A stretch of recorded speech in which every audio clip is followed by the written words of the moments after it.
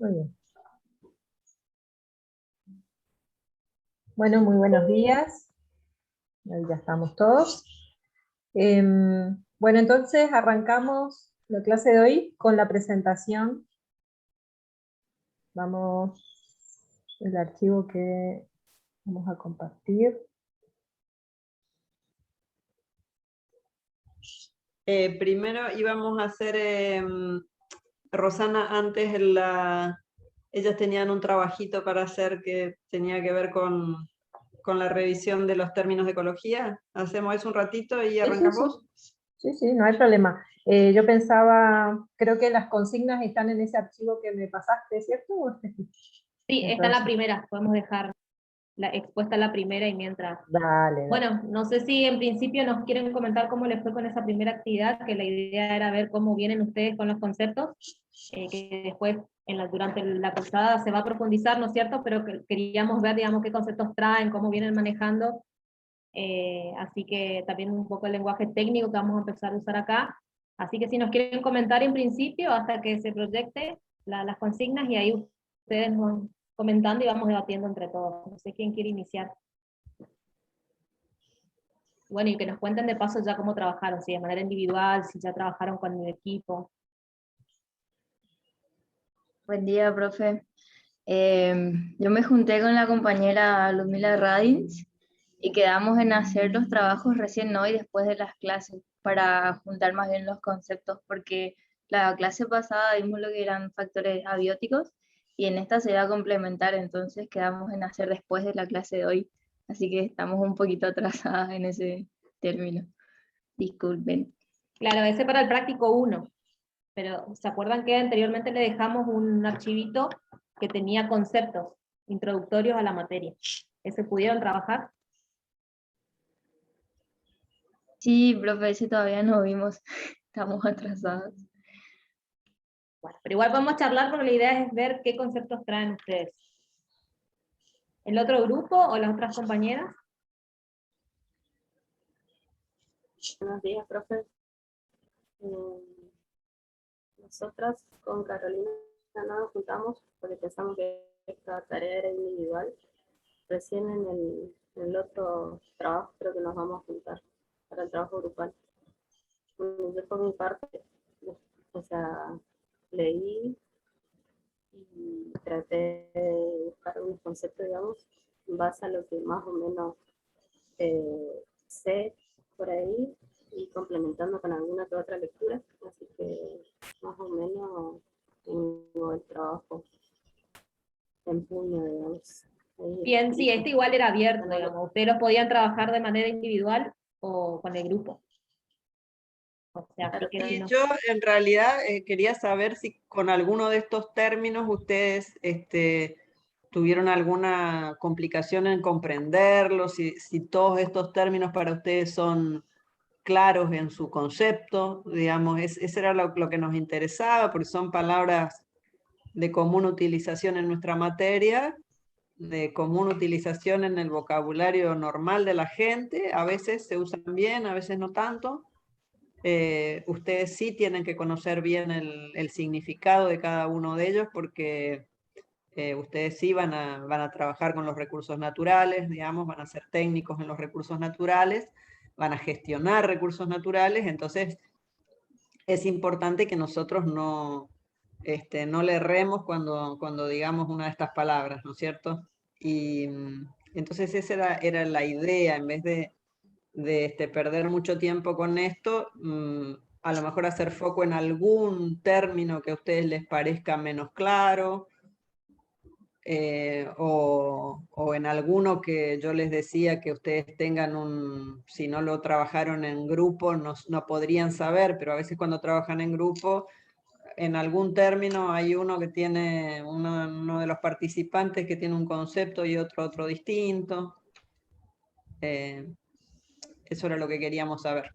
Claro, la idea no era, por ahí no era buscar y ponerse a estudiar, sino que justamente revisar lo que ya traen, ¿cierto? Exactamente. ¿Alguno Claro, les son por ahí. presentó dificultad, algún término les presentó dificultad o no lo tenían tan claro o algo de eso? Hola, Claro, buen día. Disculpe.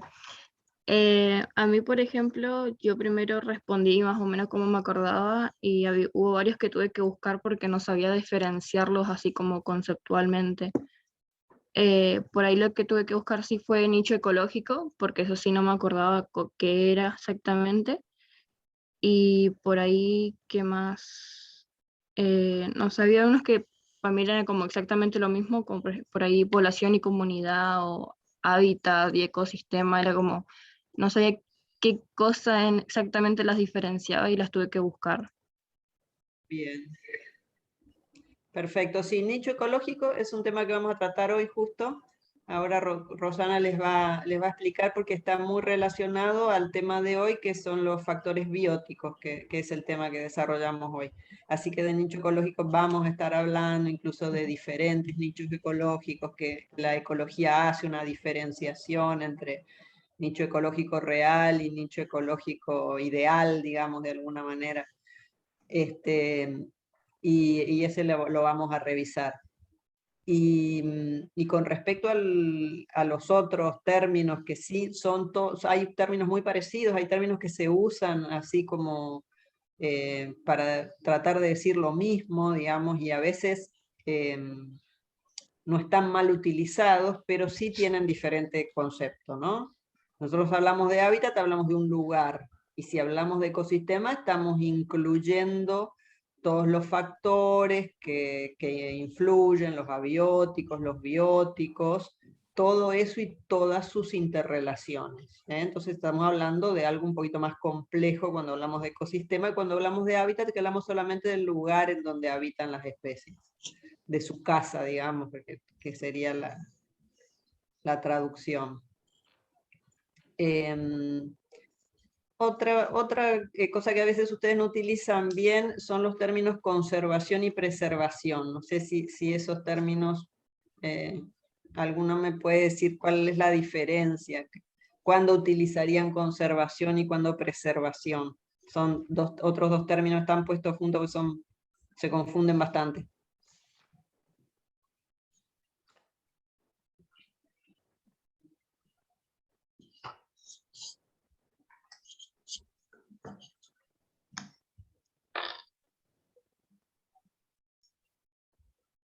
¿Le encuentran alguna diferencia? ¿Le resultan lo mismo? Esa era un poco la pregunta. sí, para mí, por ejemplo, al principio se me hacía que eran como que sinónimos. Y decía, bueno, para mí eran lo mismo. Y después me puse a buscar y a leer, y ahí como que comprendí que no son términos iguales, digamos. Pero es como que es complicado entender la diferencia, porque en sí por ahí coinciden algunas cosas. Como, Bueno, para nosotros en ecología la hacemos muy simple la diferencia. Conservación es un ecosistema que puede tener un uso, algún uso, pero que no sea degradativo. Por ejemplo, en un parque nacional decimos hay conservación, pero se utiliza ¿de qué manera? Yendo turistas a ver los recursos. Bueno, eso es conservación. Y preservación son las áreas intangibles, intocables, que por ejemplo dentro de los parques nacionales casi siempre existen áreas de preservación, que la idea es ver cómo evolucionan los ecosistemas sin que la mano del hombre esté degradándolos o alterándolos. Entonces nosotros vamos a usar esa diferenciación. Conservación puede tener un uso, pero no un uso degradativo, digamos, no podemos ir y cortar la selva y poner otro ecosistema, sino que podemos a lo mejor aprovechar las plantas del bosque para producir orquídeas, sacar material, o sea, observarlas, observar aves, le estamos dando un uso, pero dentro de la conservación. Preservación no admite uso. Los parques, yo les decía que son unidades de conservación, tienen alguna zona o núcleo donde se prohíbe cualquier alteración y la idea es solamente una observación que puede tener que ver con la investigación acerca de cómo evolucionan los ecosistemas naturalmente. ¿Sí? Esa sería... después podemos hablar muchas cosas, pero nosotros cuando hablamos de conservación le admitimos un uso, cuando hablamos de preservación no le admitimos uso. ¿Sí? Esa es como la gran diferencia. La primera que diferenciaba un ecólogo de un ecologista, esa que de eso uno habla mucho también. ¿Le encontraron diferencia? Cuando ustedes les presentan Rosana Méndez, ecóloga, o Rosana Méndez, ecologista, ¿les parece lo mismo? Yo tenía entendido que el ecólogo sería, digamos, una persona que sí estudió, qué sé yo, que sería como una persona que utiliza el método científico para dedicarse a la ecología. Y un ecologista podría ser un ciudadano común, digamos, una persona sin tantos estudios, sin tantos saberes, que se dedica a la preservación y conservación también del medio ambiente.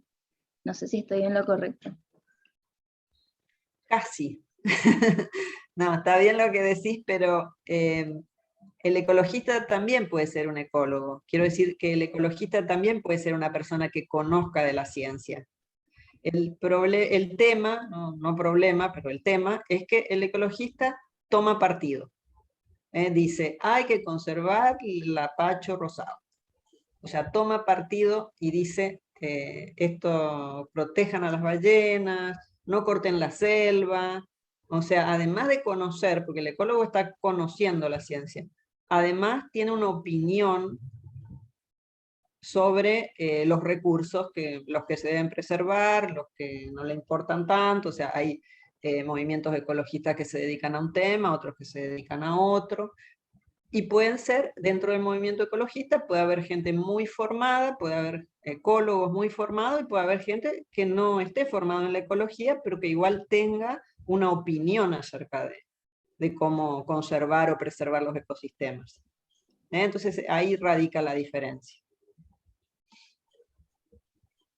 Bueno, después habían dicho que, no sé si Carolina, que ella no encontraba tanta diferencia entre población, comunidad, esos temas. Sí. Bueno,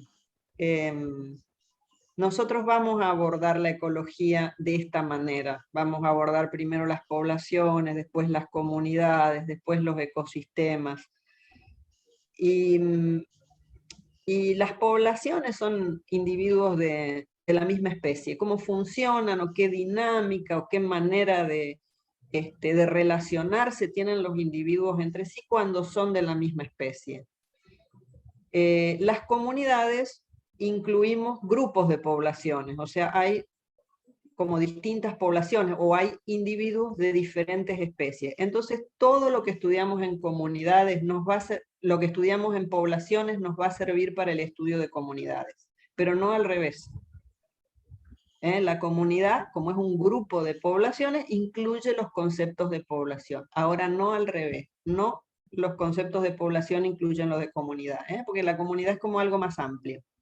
Y si hablamos de ecosistemas, le estamos agregando además a los conceptos de comunidad el tema de los flujos de la materia, de la energía, que tienen que ver con la parte abiótica, que en población y comunidad estamos viendo solo lo biótico. No sé si queda claro. Biosfera es un concepto más amplio todavía, que incluye todo lo que tiene vida en el planeta, pero bueno, nosotros vamos a hacer el estudio como de menor a mayor.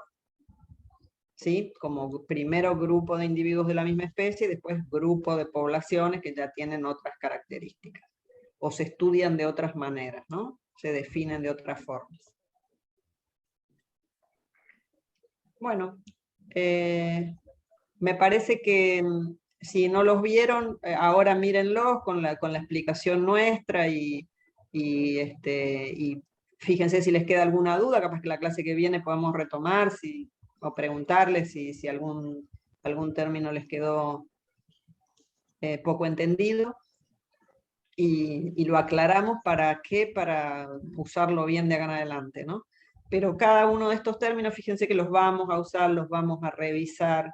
Ahora nomás, dentro de un ratito ya empezamos con el de nicho ecológico, que es importante para explicar temas que tienen que ver con los factores bióticos, que es el tema del día. Bueno, le cedo Bien. la palabra. Dejo aquí de compartir, entonces, y vamos ahora a compartir otro chat.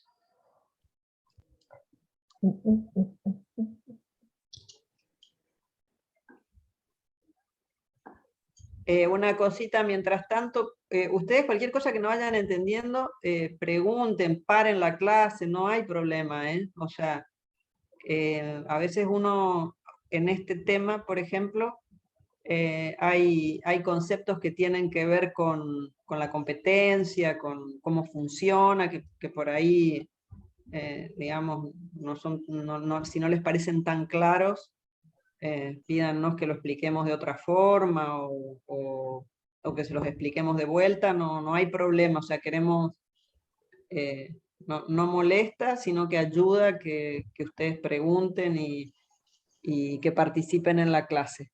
Siéntanse con esa libertad. Exactamente.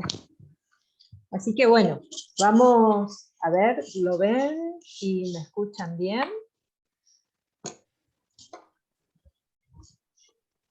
¿Sí? ¿Están profe. viendo? Okay, Sí. perfecto. Bueno, entonces nosotros la semana pasada vimos todo lo que son, o sea, cuáles son los aspectos más importantes respecto a los factores abióticos, ¿no? Y cómo cada uno de ellos puede ir influyendo respecto a cómo se desarrollan las distintas cuestiones en digamos, en los ecosistemas. Ahora vamos a ver, o sea, cuando nosotros vimos ya en la primaria, en la secundaria, vimos los factores bióticos, ¿sí? Bueno, sabemos que tiene que ver con todo lo que tenga vida, ¿no es cierto? Pero bueno, ahora vamos a ponerle el ojo a las interacciones bióticas, ¿sí? Que nos interesan dentro de esta materia.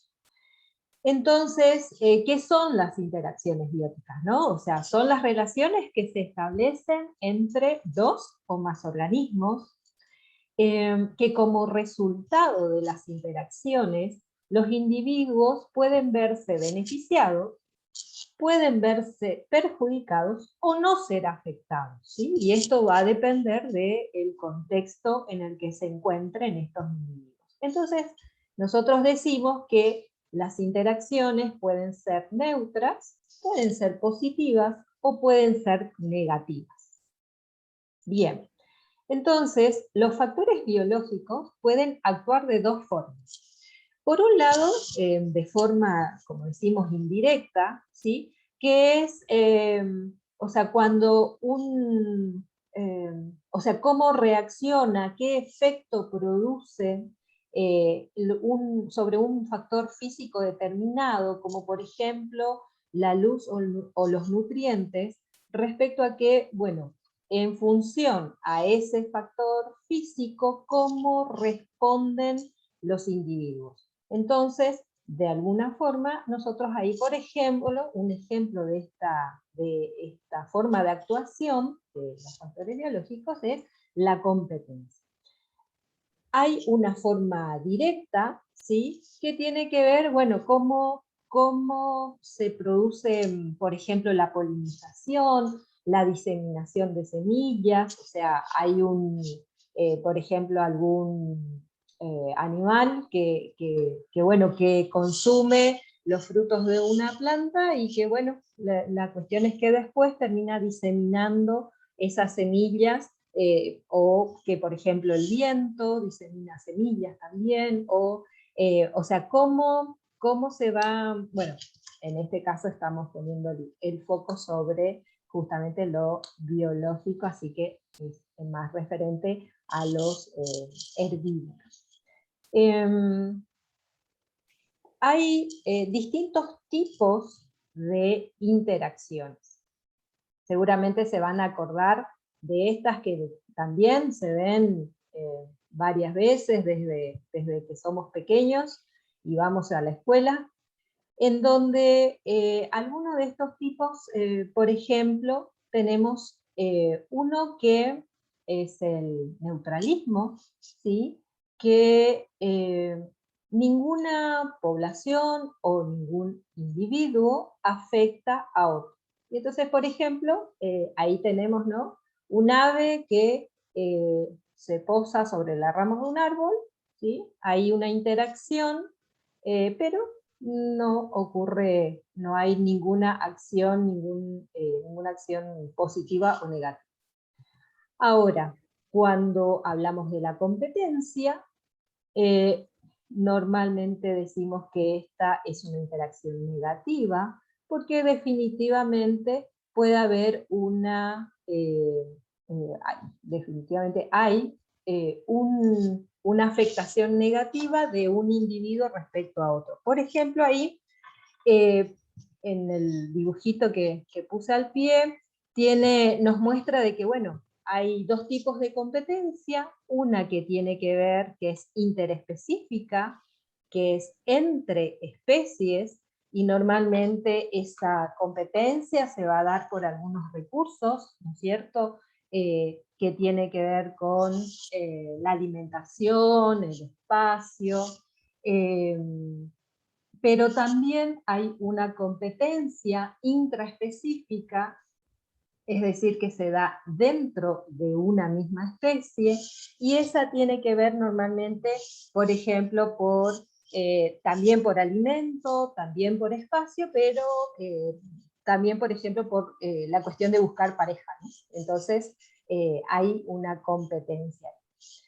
En el amensalismo, también una interacción negativa, hay un individuo, ¿sí?, que definitivamente que no es afectado, ¿sí?, pero inhibe a otro. Entonces, por ejemplo, ahí hay cuestiones, en el dibujito, bueno, hay una especie arbórea que no deja que crezca nada debajo, ¿sí? Entonces, normalmente hay algunas cuestiones químicas, digamos, algunas sustancias que impiden que otras especies se desarrollen, por ejemplo, debajo de ese árbol, ¿no? La última que mostramos aquí tiene que ver con el parasitismo, ¿no? O sea que aquí hay, también es una interacción negativa, hay un individuo que recibe beneficios y otro que es dañado, o sea que tiene perjuicio, digamos, ¿no? Ahí o sea, cuando buscaba, me gustó esta imagen, ¿no?, del nido, donde evidentemente hubo una especie que decidió desligarse de algunas cuestiones, y entonces sí, puso ahí su huevito para que otro se dedique a empollarlo, a criarlo, a alimentarlo, a su polluelo, ¿no? Entonces, este es un ejemplo también de parasitismo.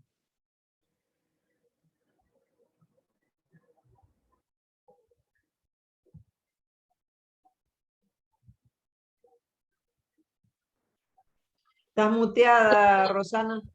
Sí.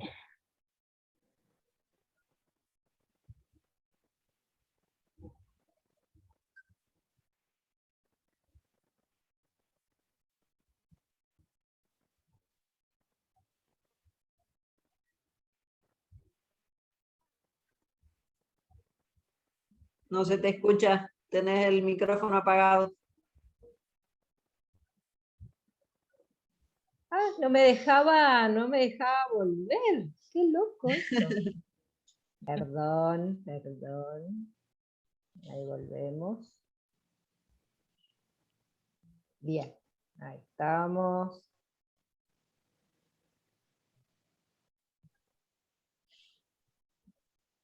Bien, ahí estamos. Otros tipos de interacciones son, por ejemplo, la depredación.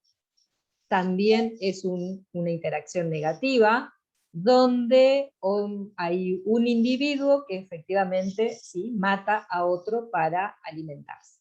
Por ejemplo, los carnívoros y los herbívoros, ¿no?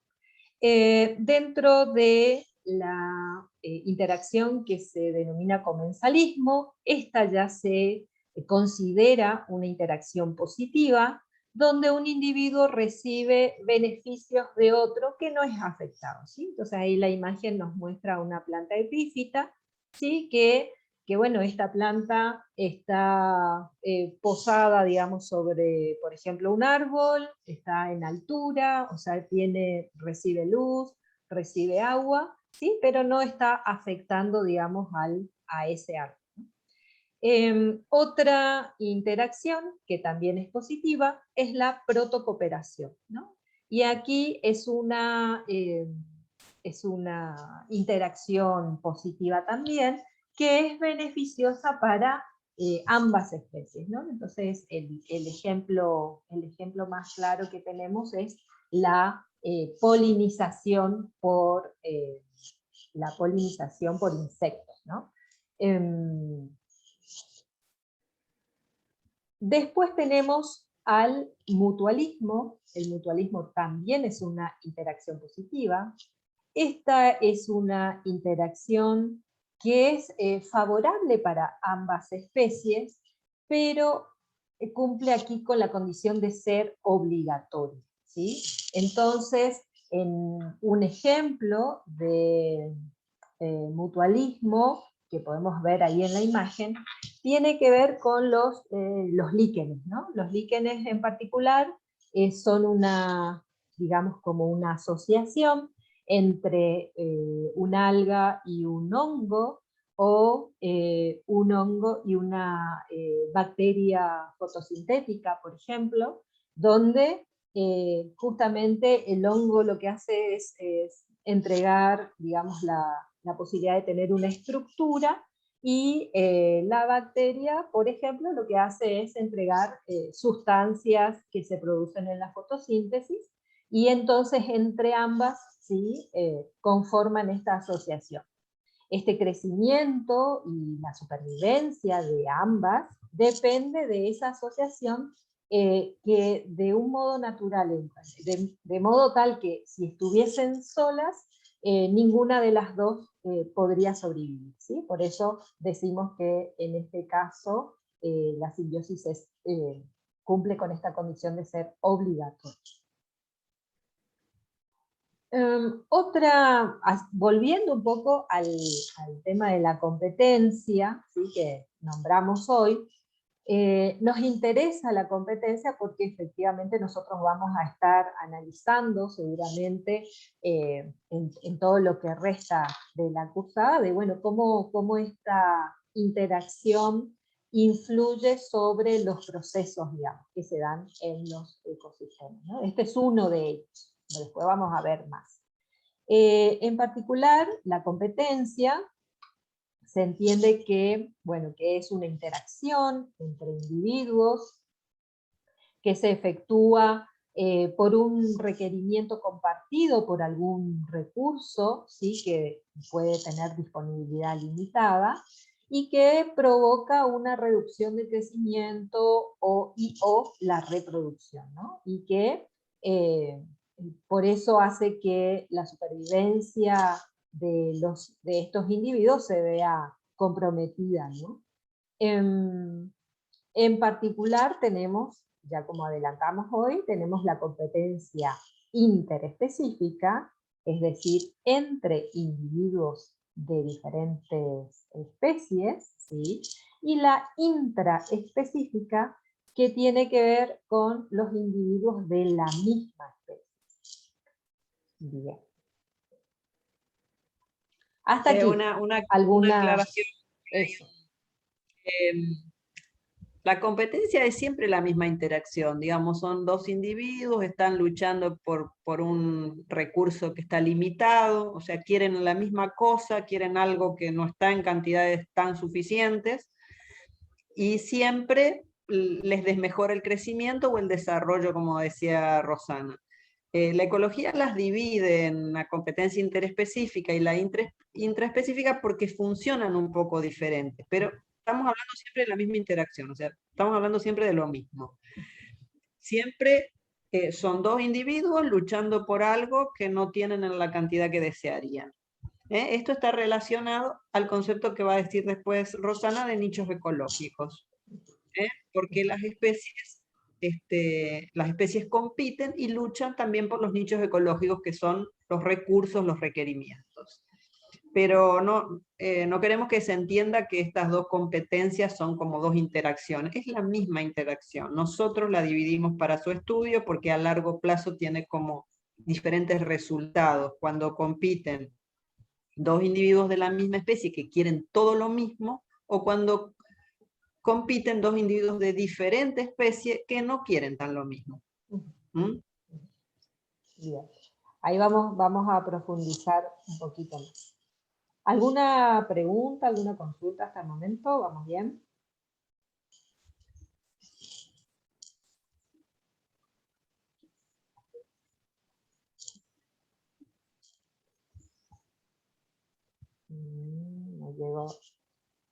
No llego a escuchar si alguien más habla. Bien. No, Bien. sí, vamos bien, sí. Vamos bien, vamos bien. Entonces, bueno, justamente, ¿no? Hablando de esto que decía la profe, en la competencia intraespecífica, o sea, dentro de una misma especie, esta competencia resulta cuando la disponibilidad de un recurso es limitada, ¿sí?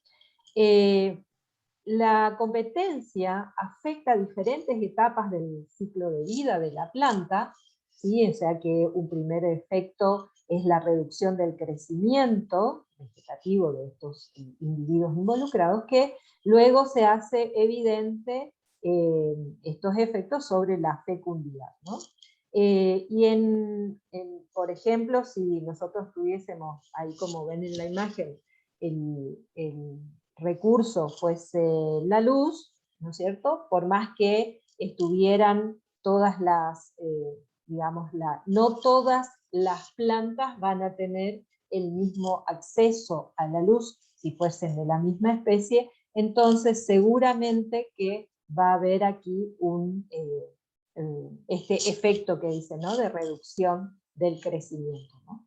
Y muchas veces esta competencia puede conducir incluso a la muerte de algunas plantas que se encuentran más perjudicadas, ¿sí? O sea, porque no lograron alcanzar, no sé, por ejemplo, una altura determinada y bueno, quedan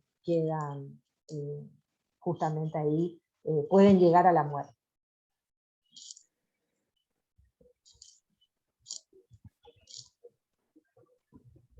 No sé,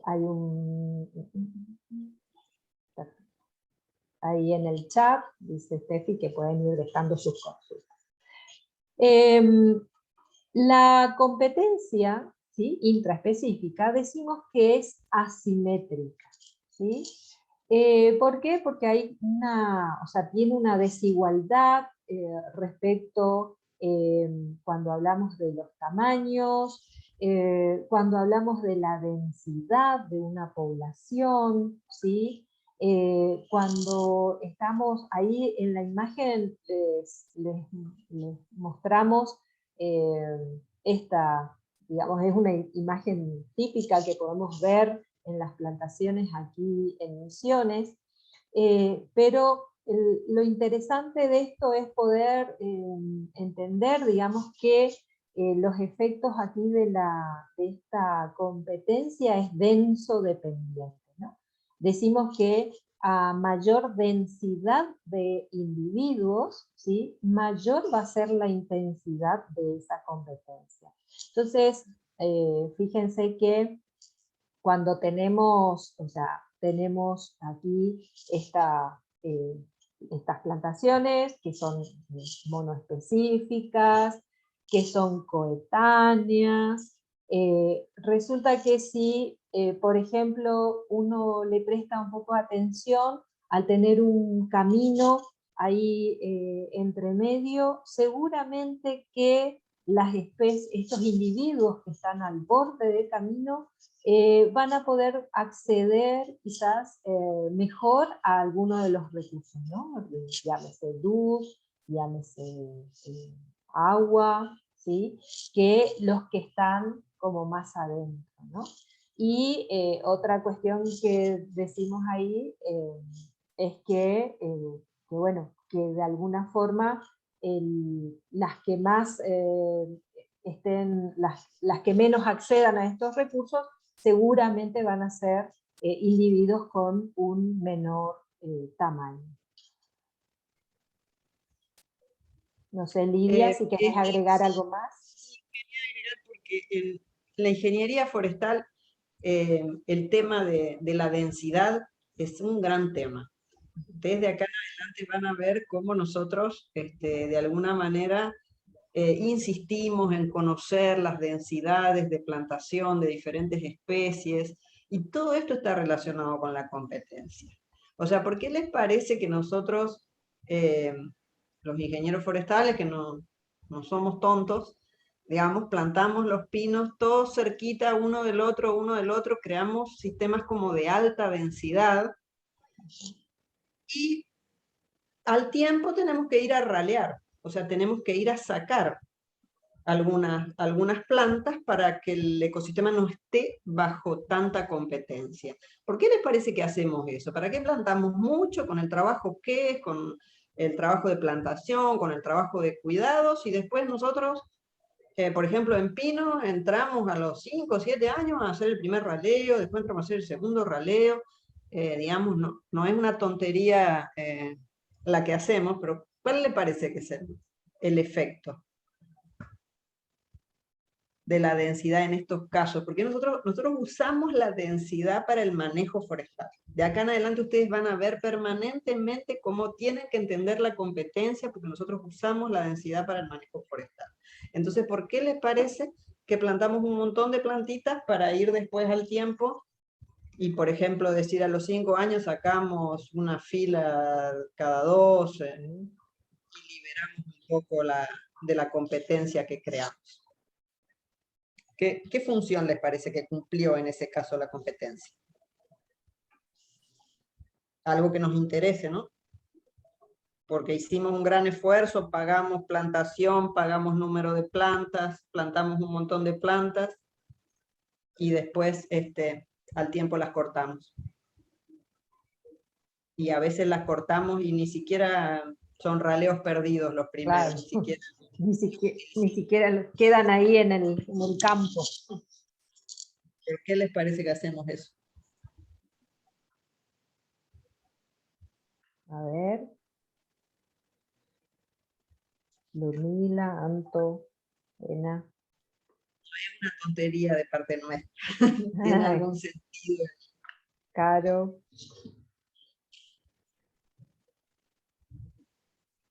Profe, yo sinceramente no sé, siempre tuve esa duda y nunca me animé a preguntar, pero sinceramente no sé. Muy bien. ¿Las demás?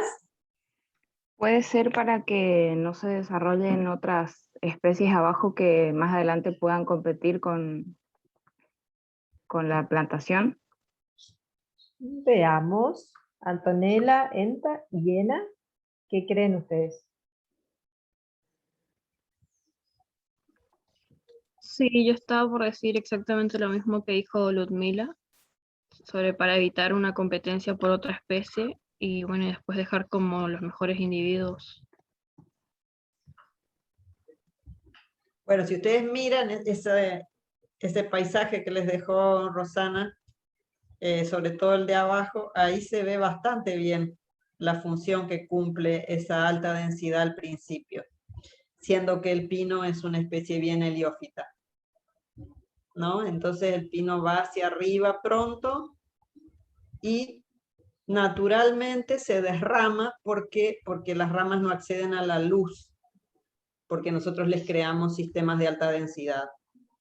Entonces nosotros nos evitamos de podar a los pinos, que es una acción silvicultural mucho más cara, digamos, ir y producir una poda de de toda la superficie que nosotros queremos aprovechar sin nudos, pues la madera sin nudos es mejor madera, digamos, es madera más cara, madera de primera. Entonces nosotros plantamos todo eso juntito para que derrame, para que no tenga luz la parte de abajo, porque al ser muy heliófito, sin la luz mueren las ramas. En otras especies no sucede esto, pero en el pino sí sucede. Entonces se derrama solo, y después, cuando ya las copas se están tocando entre sí, le empezamos a liberar, pero más que para la competencia con malezas, que la tenemos que seguir haciendo, porque ustedes saben que todos los primeros años se sigue haciendo un control de malezas, lo hacemos por la calidad de la madera. Esa es la razón. Por eso les digo que nosotros todo el tiempo trabajamos con la competencia, trabajamos con la densidad. En otras especies esto no tendría sentido. Por ejemplo, nosotros plantamos un kiri, que es otra especie que se planta por acá, no vamos a hacer la plantación así cerquita. ¿Por qué? Porque no derrama como el pino. No derrama porque no tiene esa característica de ser tan heliófita como tiene el pino. Entonces la plantamos separada, la plantamos a 8x8 directamente. En vez de plantarla a 2x1,5, como se planta a veces el pino, y después tener que ir a cortarla. O sea, jugamos con la densidad de las especies y el temperamento de las plantas, si son heliófitas, si no son tan heliófitas, si son generalistas, si son hesiófitas. Jugamos con esto para el manejo forestal. Por eso a nosotros nos interesa que ustedes conozcan bien cómo funciona la competencia, porque de esto van a hablar de acá en adelante en la carrera. No solo para la conservación, sino para el manejo forestal.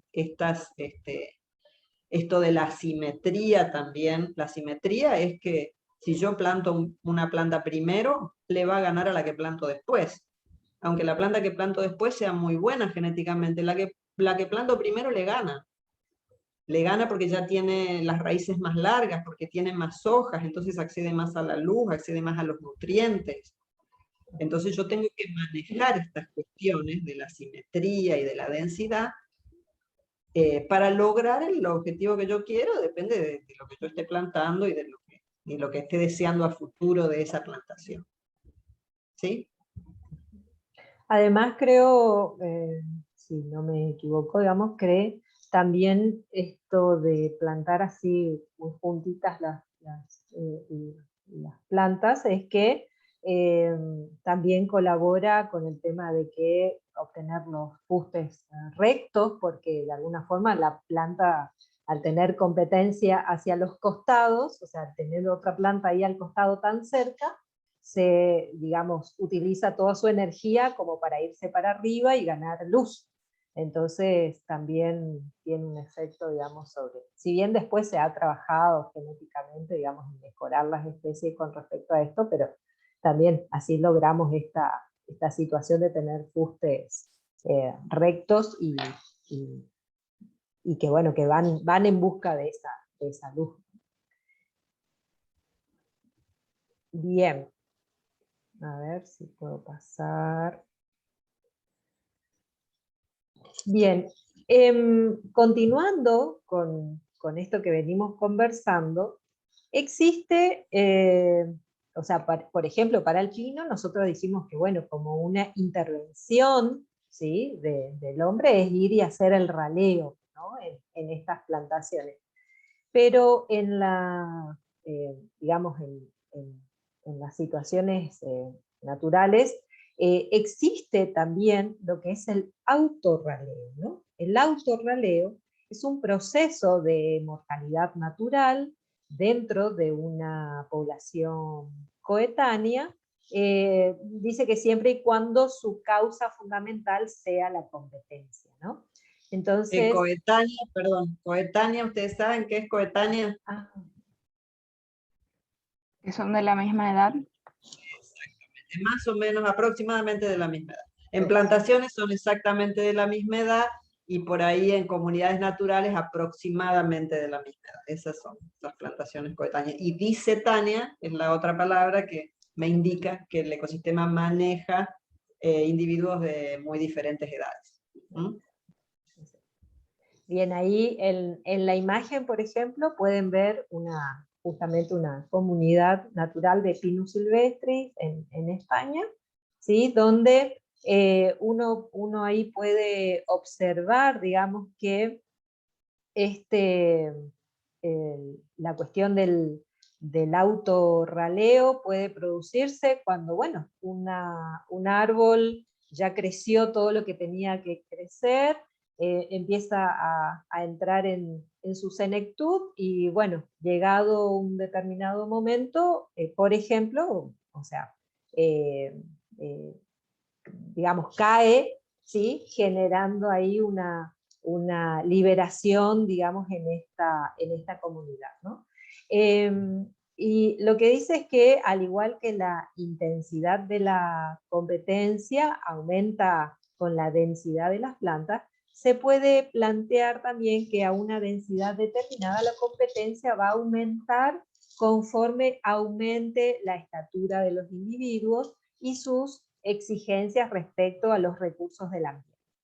Entonces, se puede asumir que esa competencia inicia, ¿no?, cuando las plantas ya alcanzaron un tamaño determinado y sus zonas de disminución de recursos, ya sea por follaje o sistema radicular, se traslapan, ¿no? O sea, esto que empiezan a tocarse. Esa es una de las condiciones de la competencia, digamos, ¿no? Para que exista competencia, o sea, nosotros no podemos decir que una planta que tenemos en el parque de adelante de la facultad y una que tenemos en el parque de atrás están compitiendo. Pero sí podemos decir que dos plantas que están a 1 metro seguramente están compitiendo, sobre todo si son plantas grandes, y cuando nosotros decimos están a 5 o 6 metros, todavía no sabemos si están compitiendo. O sea, en realidad cuando las copas se tocan y las raíces se tocan, se supone que están buscando la luz y el agua con nutrientes del mismo lugar, y ahí están peleando por el recurso. Entonces esa es una condición para que comience la competencia, que estén suficientemente cerca como para que se molesten, porque si no, no estarían compitiendo. Bien. Pasamos aquí. Yo podría decir algo más de la intraespecífica. Dale. Es una pregunta. Como en la intraespecífica hablamos de dos individuos de la misma especie, y ellos quieren las mismas cosas, o sea, si son heliófitos quieren mucha luz los dos, si consumen mucha agua, los dos consumen mucha agua, si consumen los mismos nutrientes, quieren todo lo mismo. Entonces, si nosotros las plantamos juntas y empieza la competencia, nosotros vemos en la naturaleza que a veces alguno de los dos individuos le gana al otro la competencia. O sea, quiero decir, agarra más recursos, se hace más grande y se hace más fuerte. ¿Por qué les parece que esto sucede? ¿Por qué les parece que hay un individuo que le gana al otro en la competencia? Que si los plantamos son de la misma especie, tienen los mismos requerimientos, los plantamos en el mismo momento, los plantamos en el mismo lugar, ¿por qué hay un individuo que le está ganando al otro la competencia?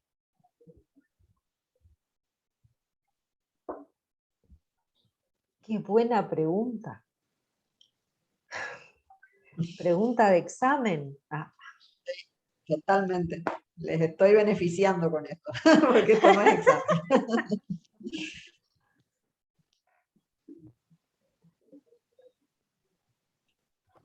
Puede ser una cuestión de genética, que uno sea genéticamente más fuerte que el otro o más rápido. Exactamente. Es una cuestión genética. Muy bien, Carolina. Aprobada. Tiene plus. Esa es la base del mejoramiento genético. La competencia es la base del mejoramiento genético. Hace rato que los genetistas y los ingenieros forestales nos dimos cuenta de esta situación, y entonces, ¿qué hicimos? Buscamos semillas de quién creció más, que le llamamos árboles plus, mejores, los más grandes. Y las fecundamos con otra semilla de otro árbol plus, que también era grande, que también ganó la competencia. ¿Y qué sacamos? Árboles mejorados. Esta es la base de la competencia, la base del estudio del mejoramiento genético es la competencia. Después empezaron a inventar distintos sistemas para sacar descendencia de las mejores plantas, y con eso se hacen unas nuevas plantaciones de árboles plus y de semillas plus, y así vamos trabajando. ¿Para qué? Para obtener mayores crecimientos y desarrollos, que es lo que buscamos. ¿Por qué se acortan los turnos en la ingeniería forestal? Porque antes un pino tenía 20 años hasta la corta, y ahora los pinos se cortan a los 14, 15 años, porque hubo mejoramiento genético. Y el mejoramiento genético que hizo benefició a los que eran genéticamente superiores. ¿Sí? Entonces, esta es como una conclusión importante de este tipo de interacción, que nos marca toda una línea de conocimiento que ustedes ya van a estudiar. Genética y mejoramiento, creo que es una materia de quinto para ustedes, y van a empezar teniendo que revisar la competencia, ¿sí? Porque tiene sus bases, el estudio del mejoramiento tiene sus bases en la competencia.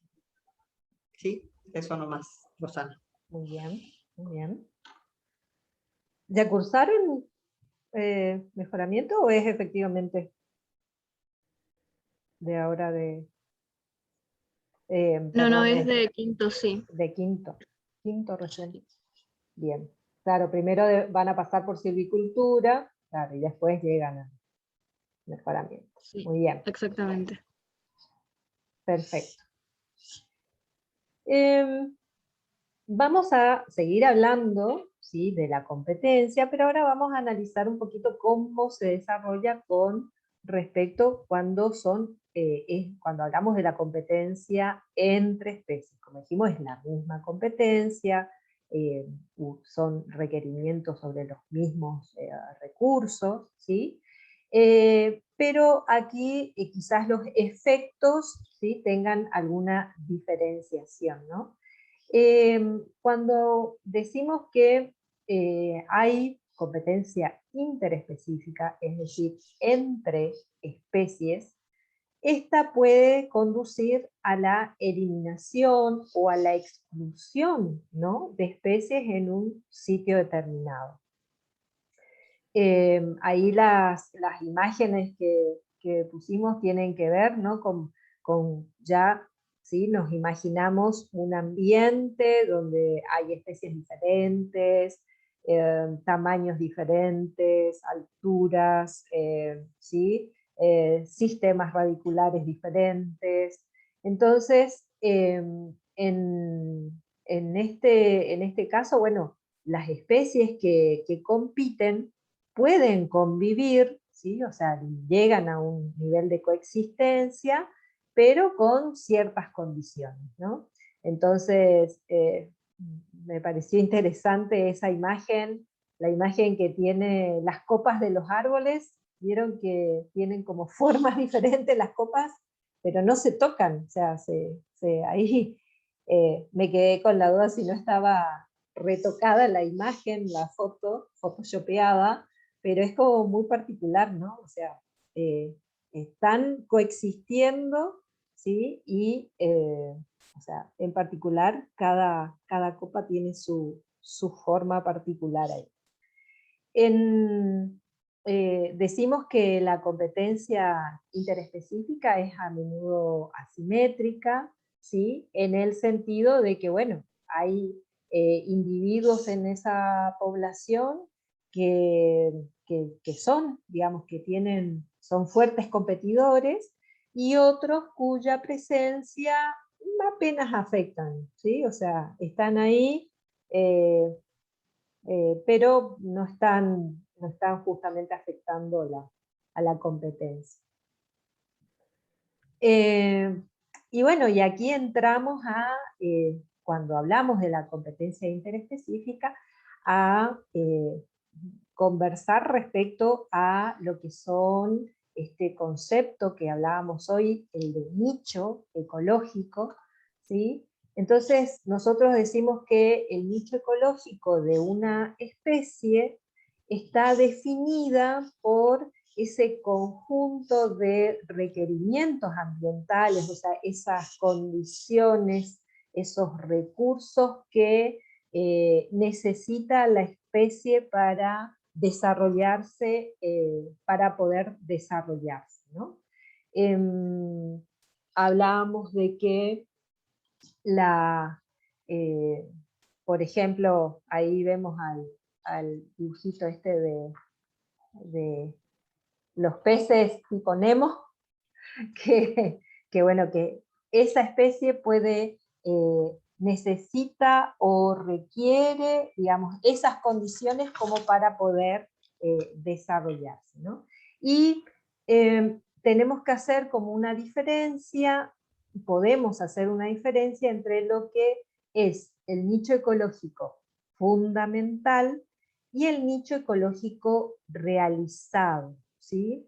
Entonces, el nicho ecológico fundamental es el que, digamos, es aquel donde esa especie, ¿sí?, tiene todo lo que le gustaría tener, o sea, todos los recursos que le gustaría tener, ¿no? Entonces, tiene el agua que necesita, tiene la luz que necesita, tiene los micronutrientes que necesita, pero nosotros realmente este nicho ecológico decimos que lo conocemos de manera experimental, ¿no? Porque hablábamos hoy con la profe de que, bueno, cuando nosotros tenemos una planta en una maceta, nosotros le vamos aportando agua, o si hiciera falta, o sea, experimentalmente le podemos ir aportando los nutrientes, pero va a llegar un momento en que esa planta, bueno, si le damos de más, ¿se acuerdan que habíamos visto los factores limitantes? Entonces ahí uno dice, bueno, hasta dónde crece teniendo todo lo que quiere, pero si le damos de más, también, o sea, la planta lamentablemente va a retroceder, digamos, no retroceder, sino que va a empezar con su curva en caída, como para, por ejemplo, si le damos demasiada agua, vamos a terminar también matando a la pobre planta. En cambio, cuando hablamos del nicho ecológico realizado o real, ¿sí?, es esa, o sea, tiene que ver con esas condiciones o esos recursos que realmente puede obtener esa especie, ¿no? Entonces, por ejemplo, ahí en la gráfica que está abajo, ¿sí?, en ese dibujito abajo, esa es una imagen donde muestra una relación de unos crustáceos, ¿sí?, donde nos muestra, son dos, ahí son dos géneros, donde nos muestra cómo sería la relación entre el nicho fundamental y el nicho real de cada una de ellas, porque de alguna forma, cuando hablamos del nicho realizado, tiene que ver con que hay sectores del nicho fundamental que una especie no puede ocupar si hay otra que esté presente, ¿no? Entonces, una especie está limitada a un nicho realizado, y ese hecho depende básicamente de cuáles especies, o sea, cuáles especies están compitiendo por ese recurso. No sé si Lidia querés complementar. Aclarar lo de nichos. Ahora por ahí cuando veamos el principio de Gauss. Bueno, bien. Relacionado a los nichos. Bien. Bien. Y entonces, justamente, vamos a hablar de lo que es el principio de Gauss de coexistencia o exclusión competitiva, ¿no? O sea, definición de este principio lo que dice es que si hay dos especies competidoras o más coexistiendo en un ambiente estable, esa coexistencia se debe a la diferenciación de sus nichos realizados. Ahora, sin embargo, si esa diferenciación no es posible, una de las especies, la más fuerte, va a eliminar la otra, y entonces habrá lo que se llama la exclusión competitiva. Y ahora sí. Sí, un poco esta definición es un poco por ahí difícil de entender si la leemos así, sin tener bien claro el concepto de nicho, ¿no? En realidad me está diciendo, la pregunta que yo les hacía hoy, ¿qué pasa si dos individuos de la misma especie compiten? Bueno, gana el mejor genéticamente, pero acá es otra la situación, que están compitiendo individuos de diferentes especies. Lo que quieren decir es que tienen distintos requerimientos. Uno quiere mucha luz, el otro no quiere tanta. Uno quiere mucha agua, el otro no necesita tanta para desarrollarse. Uno puede vivir en el dosel superior, otro puede vivir en el inferior, pueden acomodarse, sí, siempre que diferencien sus nichos. Quiere decir, siempre que tengan requerimientos diferentes. Si tienen requerimientos diferentes, pueden vivir en el mismo ambiente. Ahora, si las dos quieren exactamente lo mismo, las dos especies, una va a eliminar a la otra. La competidora más fuerte se va a quedar con el ambiente y la otra cada vez va a ir perdiendo crecimiento, perdiendo desarrollo, no se va a ir muriendo, no se va a ir reproduciendo, no va a ir generando semillas, va a ir desapareciendo del ecosistema. Entonces, nosotros tenemos que pensar que, por ejemplo, en la selva misionera, donde tenemos un montón de especies diferentes viviendo en el mismo ambiente, es porque tienen sus nichos diferenciados. O sea, no quieren exactamente lo mismo. No sé si se entiende, porque el concepto este está bien relacionado a lo que es el nicho ecológico. Eso podría ser, a ver si un ejemplo de este estilo puede servir. Eso quiere decir, por ejemplo, no sé, que hay especies que necesitan, o sea, que se desarrollan en suelos, no sé, rojo profundo. Entonces, que necesitan, por ejemplo, pensaba en la araucaria, ¿no? La araucaria que tiene ese requerimiento de suelo. No es en cualquier tipo de suelo que se desarrolla. Pero, por ejemplo, también, me acuerdo alguna vez que hablábamos de que el loro blanco realmente es muy, muy exigente respecto a algunas cuestiones de nutrientes del suelo. Entonces, si bien está dentro de las pioneras, pero no siempre va a aparecer porque tiene sus requerimientos de suelo. Entonces, suponiendo entre las pioneras, quizás es diferente cómo se comporta un fumo bravo a cómo se comporta un loro blanco, que son por ahí las que están apareciendo a inicios, ¿no? Y por eso van cambiando las especies de acuerdo a los recursos que se ofrecen. Si, por ejemplo, al principio nosotros cortáramos una zona de bosque, tenemos a disposición mucho suelo, mucha luz, mucho nutriente, el agua es toda para ellos, entonces ciertas especies que tienen ese nicho ecológico, o sea que son exigentes en recursos, son las primeras que aparecen. Pero después empiezan a hacer sombra entre ellos y ya el recurso sol no es el mismo, aparecen otras que tienen otros requerimientos. Entonces eso en un tema que vamos a ver más adelante, se llama sucesión vegetal, lo vamos a observar bien, ¿no? Como cuando se desarrolla un ecosistema, van cambiando las especies. ¿Por qué? Porque van cambiando los recursos que ofrece el ambiente. Y entonces, como los requerimientos son distintos, las más aptas son las que aparecen, ¿no? Eso es lo que ustedes tienen que tener, tienen que pensar de esa forma. Cuando nosotros tenemos mucho recurso, aparecen muchas especies, pero también hay mucha competencia. También son las mejores las que quedan. O sea, la araucaria, por ejemplo, no ha sido una especie muy competitiva, no ha sido una fuerte competidora, porque ha ido desapareciendo de los ecosistemas en los que estaba. Aparecieron otras especies que han sido mejores competidoras.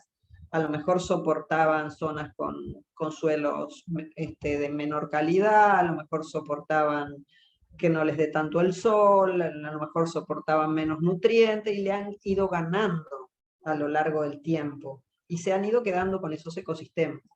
Y en cambio la especie que tiene requerimientos demasiado altos en recursos ha ido retrocediendo en algunos ecosistemas. Por eso nosotros vemos que la araucaria, que fue una especie nativa de esta zona, ha ido perdiendo espacio en los ecosistemas con otras especies mucho más adaptadas. Bien, creo que aquí, no sé si hay alguna pregunta.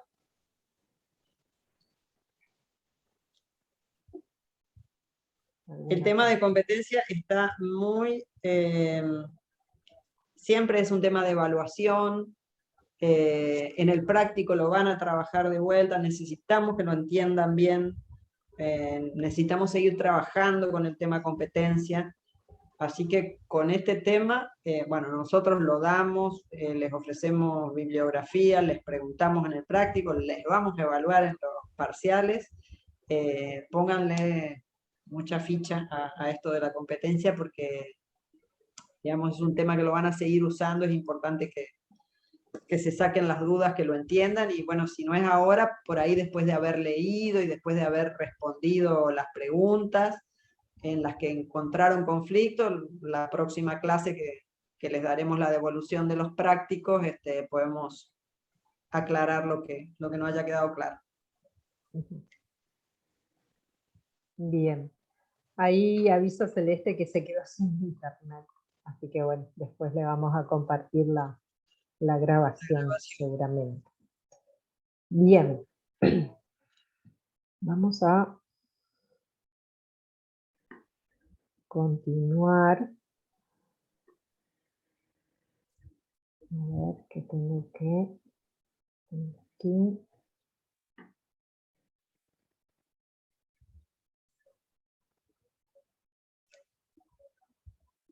Ya llego.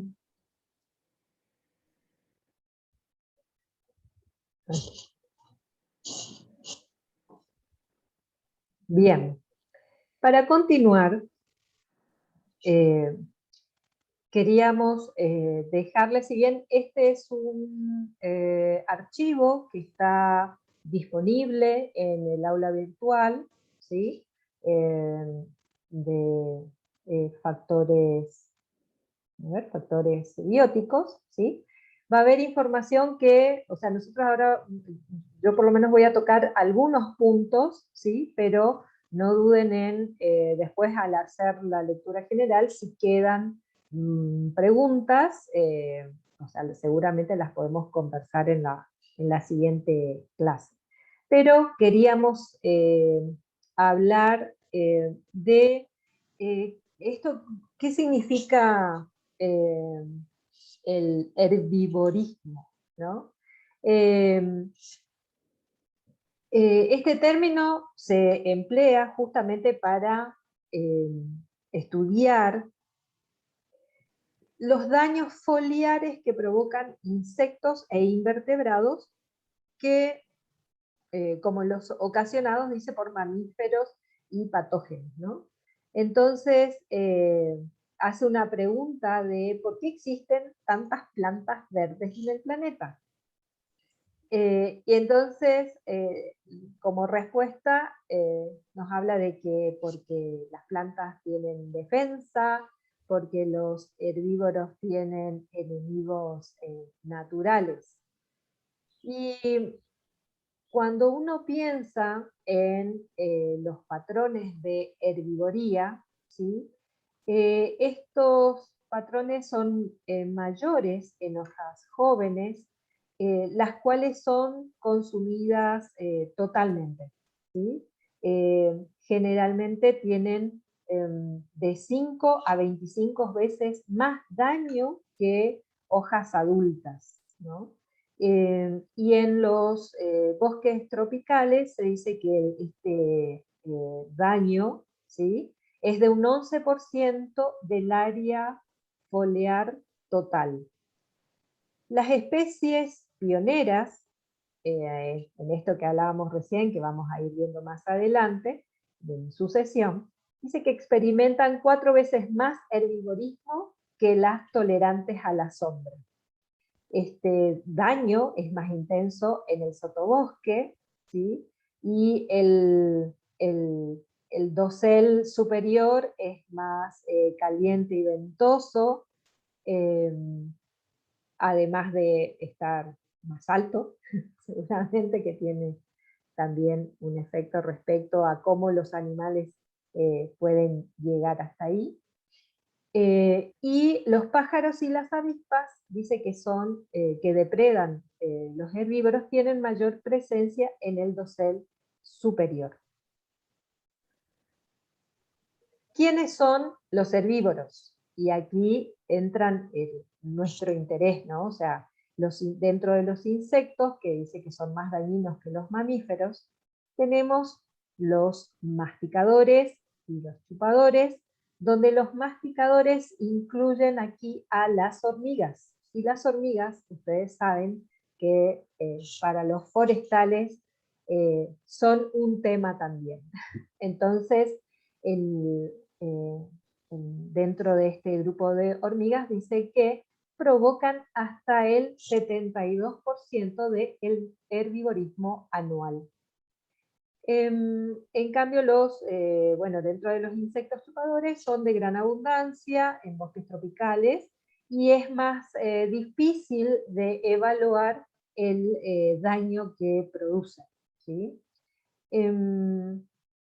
Los mamíferos, dicen que hay estudios que nos muestran que sin ellos podría mejorar el crecimiento de las plántulas de algunas especies, pero que disminuiría la diversidad, ¿no? Entonces, en plantas de mayor tamaño disminuye el daño, ¿sí? ¿Por qué? Porque básicamente los animales prefieren, ¿no?, las hojas más tiernas, ¿sí?, que también influyen en la digestión, digamos, ¿no?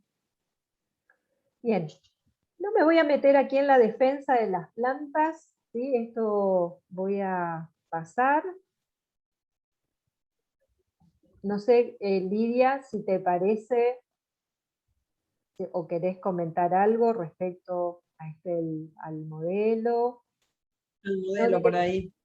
¿Cuál? Por ahí el modelo, el modelo de Jansen y Connell es un tema interesante que por ahí lo vamos a ver más adelante relacionado al tema diversidad, ¿no? Cómo influyen, por ejemplo, los factores bióticos, que son los que hoy estamos viendo, a veces en el control de la diversidad dentro de los ecosistemas, ¿no? Acá dice, para hacerles un resumen, si nosotros tenemos una planta, esa planta da semillas fértiles, las semillas caen casi todas abajo de esa planta, ¿no? Cerca de la planta madre. Y como nacen gran cantidad de renovales o de plántulas, de plantas pequeñas de esa misma especie, también aparecen los herbívoros. ¿Por qué? Porque les da poco trabajo, porque tienen una plantita al lado de la otra, al lado de la otra, entonces van y comen contentos sin gastar energía en moverse. Entonces son atacados por herbívoros y como tienen mucho material a disposición, comen todo lo que está alrededor, y entonces cerca de esa planta, lo que dice este modelo, cerca de la planta madre, no quedan renovales de la misma especie. Entonces lo que dice este modelo es que esto favorece la diversidad en el bosque, porque si no, habría grupos de las mismas especies. O sea, las especies en el bosque se comportarían de otra manera. En vez de haber al lado de un árbol de una especie, otro de otra especie, habría todo de la misma. Pero como los herbívoros vienen y les resulta fácil y comen todo lo que está debajo, entonces cerca de la planta no hay plantas de la misma especie. Tienen mucha más posibilidad de crecer aquellos renovales que están un poco más lejos. ¿Por qué? Porque el herbívoro no los va a buscar porque son pocas plantas, porque hay menos semillas que dan más lejos. Y entonces dice que este sistema de herbivorismo favorece la diversidad en los bosques subtropicales. Digamos, es una teoría. Nosotros vamos a ver, cuando veamos el tema diversidad, que hay un montón de teorías que hablan de por qué la diversidad en los bosques. Digamos, no es un tema tan resuelto. Entonces, van a ver que hay teorías que están relacionadas a los factores abióticos, van a ver esta teoría relacionada a los factores bióticos, van a ver otras teorías que se relacionan con la manera de crecimiento que tienen los ecosistemas, los que crecen mucho, los que crecen poco, cómo reclutan o no especies. Y bueno, esta teoría, por eso les hacíamos mención, porque está basada en los factores bióticos intercediendo en la diversidad en los bosques. Y como en ecología nosotros nunca encontramos las cosas fáciles, siempre tenemos un montón de factores influyendo a la vez para el desarrollo de los ecosistemas, tenemos que tener en cuenta cosas como estas, ¿no? Como la disponibilidad de alimentos. ¿Y por qué estábamos hablando de herbivoría? Porque los herbívoros producen mucho daño en los bosques. Imagínense que ese dato que decía que el 11% de la materia vegetal producida por los bosques es solamente para alimentar a los herbívoros.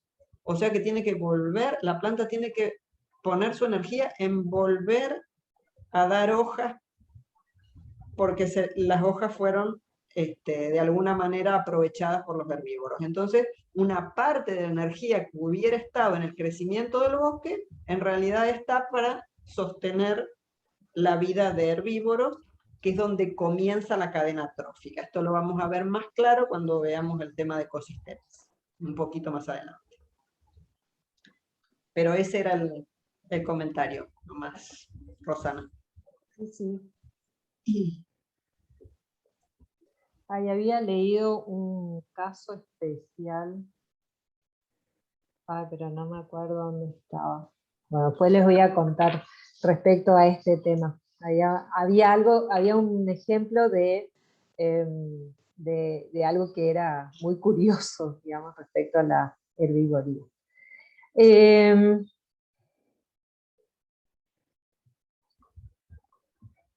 saben ustedes de polinización?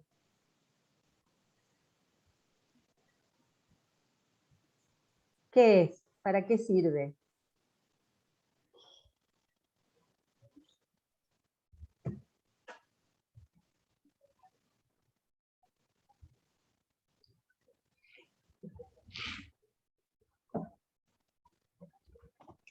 Sirve para fecundar a las plantas, para que puedan reproducirse.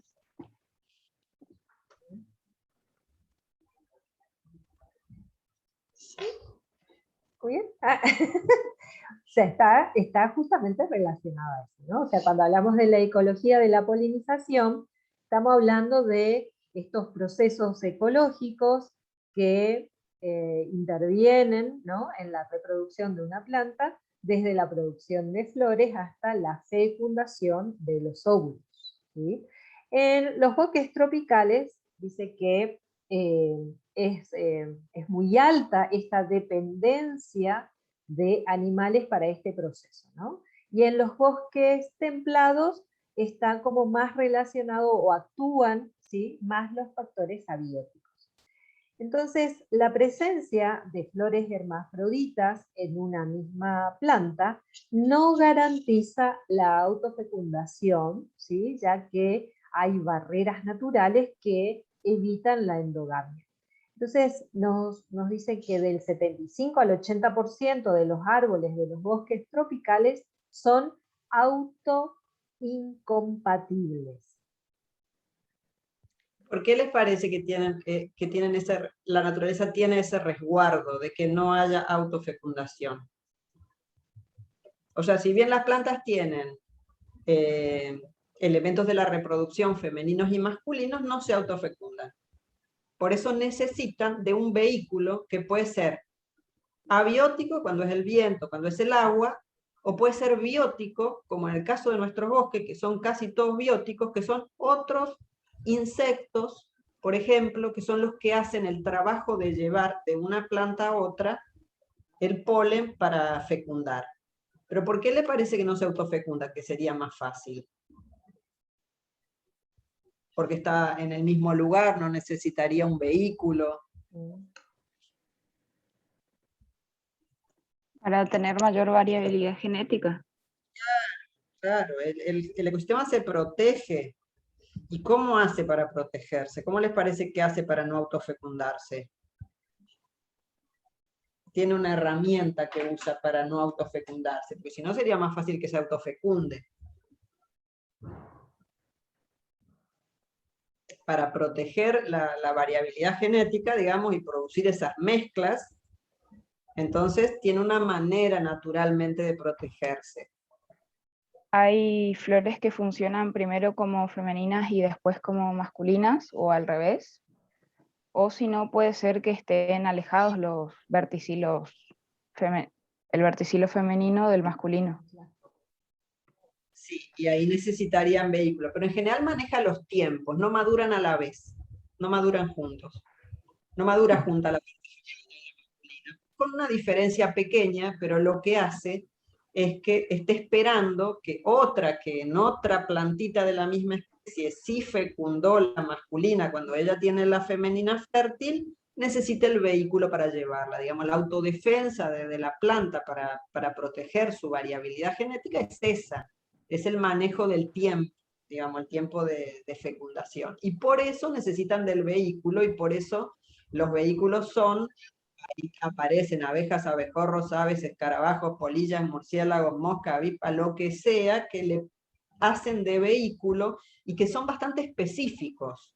O sea, es solamente una abeja especial para tal especie. No es que la abeja agarra todo el polen de todas las especies y fecunda por doquier. Son bastante específicos, ¿no? O sea, que necesitamos una variedad impresionante de, digamos, de vehículos que hacen que sea efectiva la polinización. Y nosotros no sabemos tanto de este tema, digamos, porque es inmenso este tema. Nosotros, por ejemplo, podemos estudiar cuántas veces visita la abeja a tal planta, y decimos, esa es la polinizadora de esa planta, y a veces no es así, a veces hay un abejorro que la visitó una sola vez, y ese es el polinizador más efectivo de esa planta, no era la abeja que fue un montón de veces a buscar el polen. ¿Por qué? Porque el polen es como el caramelo para los chicos, digamos, es algo dulce que llama la atención.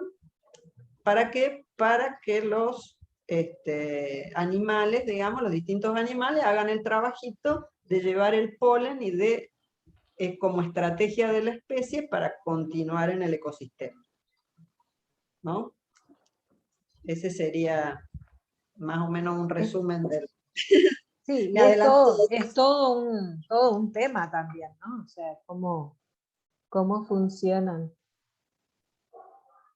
Leía por ahí inclusive que hay plantas que son como tramposas porque tienen formas o tienen colores que hacen que justamente venga el abejorro y crea que está encontrando, por ejemplo, una pareja, y resulta que no es eso, sino que simplemente es una forma para que se lleve su polen.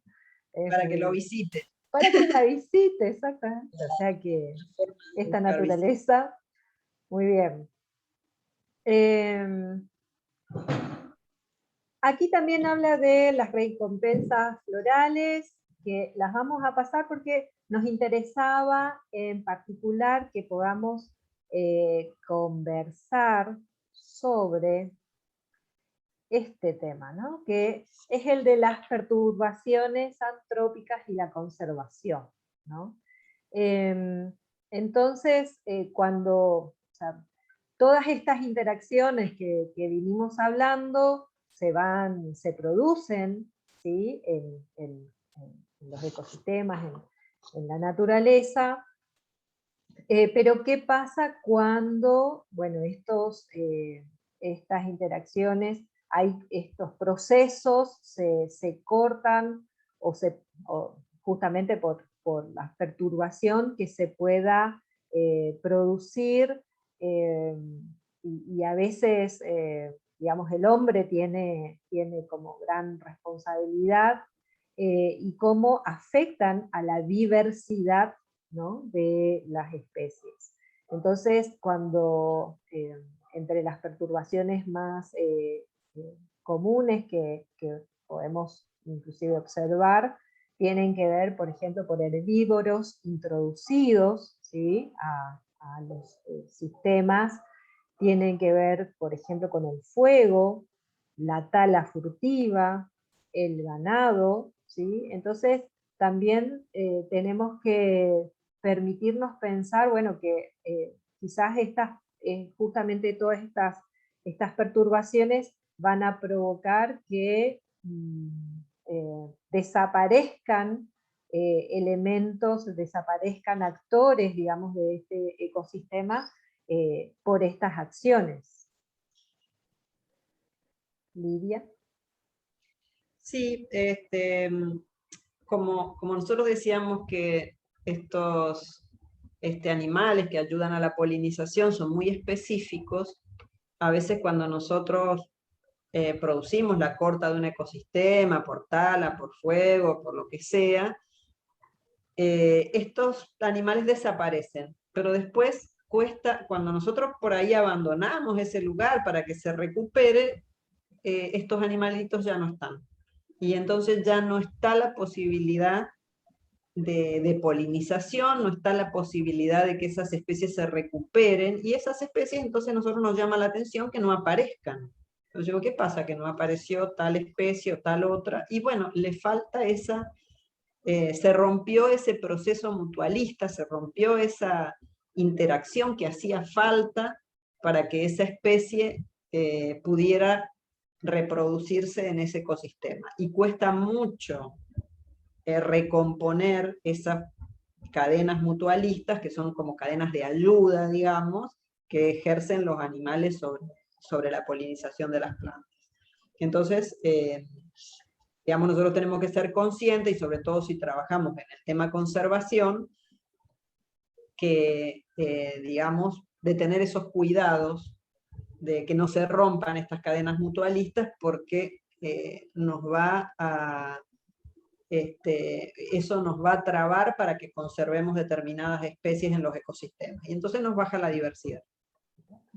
O sea, conservamos ecosistemas, pero mucho menos biodiversos que lo que debieran ser, ¿no? Era por ahí nosotros lo que queríamos que se note. Por eso revisamos estos conceptos como el de polinización, el de herbivorismo, que son importantes para el desarrollo de los ecosistemas, y tener en cuenta de alguna manera que el ser humano a veces sin querer es responsable de la no recuperación de los ecosistemas que nosotros dañamos. Claro, claro. Bien. Bueno, hasta ahí era la intención que teníamos respecto a esta clase. Como les contaba, este archivo tiene algunas cuestiones más, que estaría bueno que, por supuesto, puedan leerlas. Y ahí sí le pregunto a Steffi, ¿qué es lo que sigue?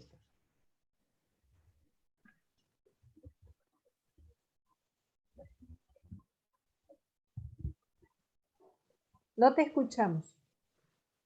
Está abierto tu micrófono, pero... ¿Ahora? Ahí está. Ahí. Sí, es mi auricular. Bueno, no sé, creo que ahora es la idea ver un poco el práctico, pero bueno, los chicos comentaron que todavía no se juntaron a trabajar. Entonces, bueno, si bien este es el primer práctico, nosotros queremos que quede clara un poco la dinámica o la propuesta de la cátedra con respecto a lo que va a ser las actividades prácticas. Nosotros la idea es de darles una semana antes para que ustedes puedan empezar a familiarizarse con el práctico. Así que puedan leer la bibliografía que nosotros les recomendamos, que intenten desarrollar la actividad con los contenidos vistos en el primer encuentro y después ajustar, digamos, con el contenido que se termina de dar. Entonces hay cosas que a ustedes ya le pueden ir surgiendo dudas, y eso es lo que nosotros queremos que ustedes nos traigan en esta clase para trabajar, discutir, profundizar, por ahí ver ideas que ustedes tienen y se aclara.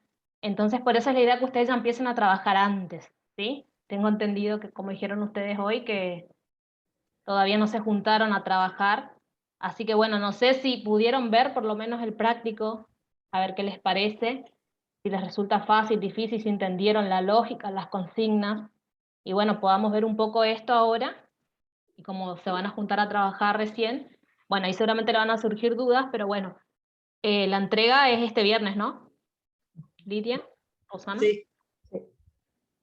Así que bueno, no sé si nos quieren comentar por lo menos si lo pudieron ver y qué les parece la práctica con respecto a, bueno, ahora ya tienen los dos contenidos que se trabajan en el práctico, que es factores bióticos y abióticos, las presentaciones de las profesoras, más la bibliografía que nosotros les damos, y claramente queda abierto a que puedan profundizar buscando otras bibliografías si les resulta más fácil, digamos.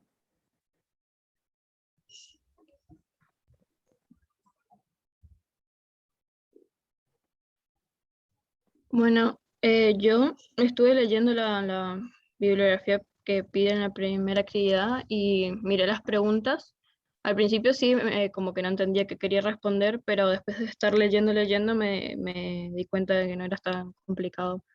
O sea, tengo como más o menos una idea de cómo se responden, entonces, digamos, después de leer estoy más encaminada. Y después de esta clase más todavía porque ahí se me aclararon varias cositas.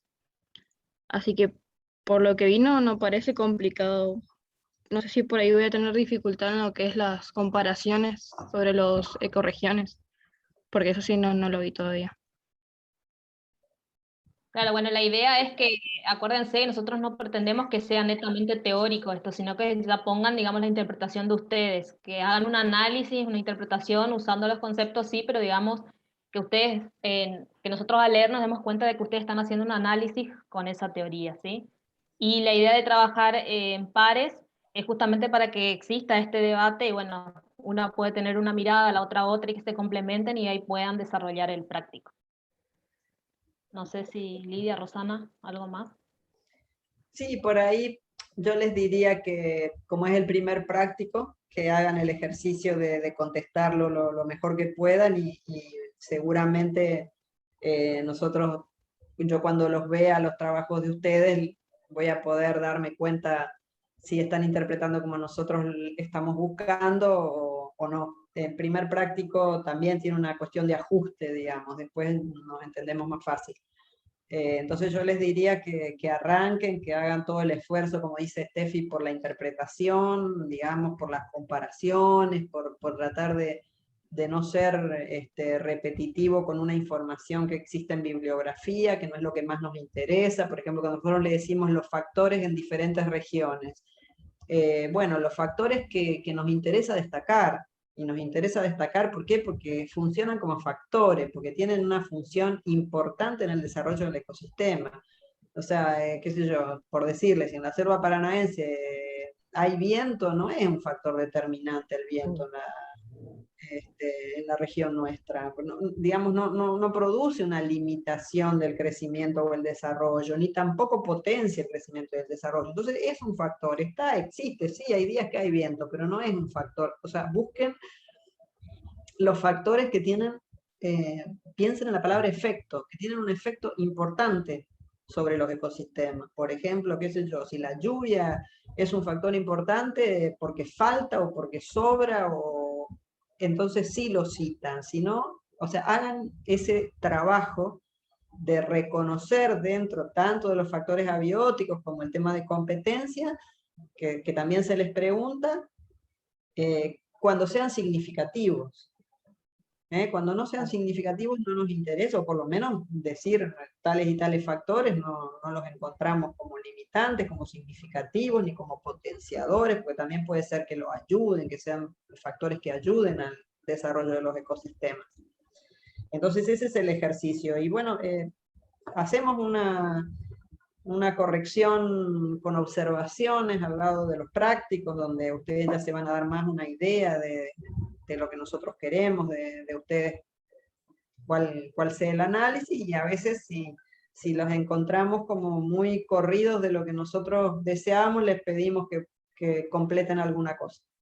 O sea, les pedimos que sobre algunos temas vuelvan, y a veces no, solo con las observaciones que nosotros le hacemos, y que ustedes las tengan para tener el tema claro, para que les sirva para estudio, ya estaría. O sea, dependiendo de lo que nosotros veamos, a veces le pedimos un esfuercito más, o a veces con lo que hicieron más las observaciones nos parece que queda claro. ¿Sí? Y harían, no sé si ya determinaron, pero harían 2 grupos, 2 de 2. Sí, sí, ya están armados. Sí, bueno, entonces no sé si tienen dudas ahora o preguntas, porque bueno, cuando empiecen a desarrollar la actividad seguramente le va a empezar a surgir, por eso es la idea de que avancen un poco, entonces esto lo podríamos trabajar en la clase, pero bueno, vamos a probar este primer práctico y después seguramente ya en la segunda vamos a ir ajustando estas cositas, pero no sé, ¿alguna duda con respecto a las consignas o lo que pudieron ver? Si no, la idea es que avancen y bueno, puedan entregar el viernes. La dinámica Sí, de entrega ya trabajaron así, ¿no? Por el aula, con la tarea, subir en la misma sección, ¿sí? ¿No hay problema con eso?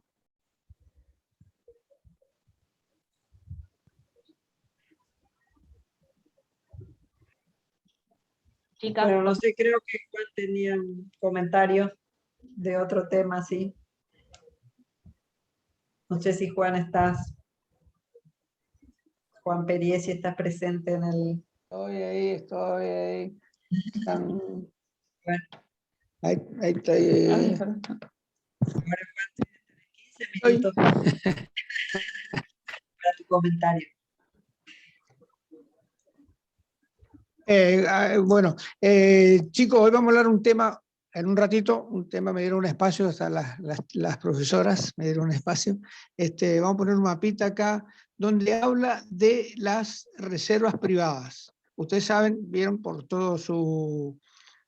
lo que han visto hasta época de cursada, que hay parques nacionales, hay parques provinciales, hay parques, reservas municipales, y se implementa a partir de unos años lo que son las reservas privadas de Misiones. O sea, son superficies de monte nativo, o que tenga un arroyo o un árbol gigante de proporciones que llame la atención. Bueno, el dueño, vamos a ver la parte legal, el dueño firma un convenio con el Ministerio de Ecología que en un plazo de 20 años él no lo va a tocar, no va a aprovechar ese ambiente. Ahora, ¿qué pasa?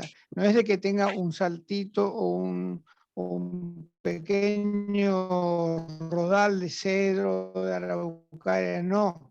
Tienen propiedad. En este momento, de lo que están viendo en el mapa, hay 40 reservas privadas de Misiones.